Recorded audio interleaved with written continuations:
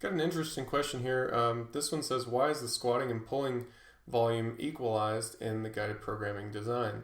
I know that they're both just as contributory to your total, but it seems that most people generally do better with higher squat volume and lower deadlift volume, especially given the background of most of us coming from starting strength or strong lifts 5x5, where pulling volume is generally low. Interesting question. I like the fact that you're thinking about the whys and how things work on the back end.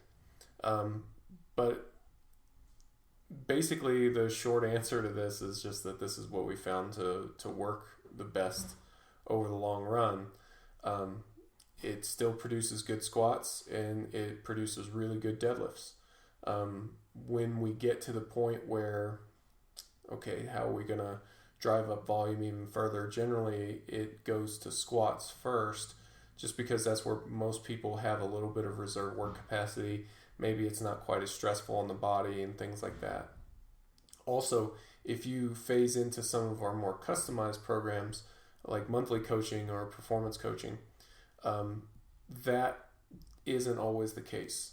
Especially, we have some lifters who just don't respond to high frequency, high volume deadlifting. We see that a lot more often than we see, non-responders to squat volume and frequency. So in those cases, we will pull back the deadlift volume until their work capacity catches up or something similar.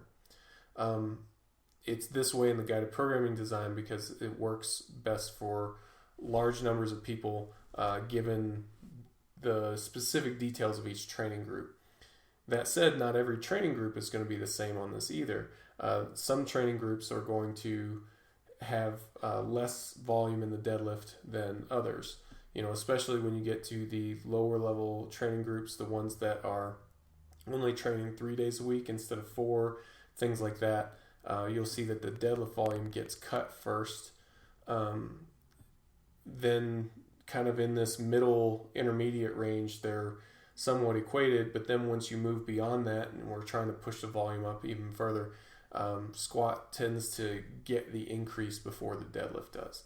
So hopefully that answers your question. This is just kind of one step in the total development of a training program over a lifter's career.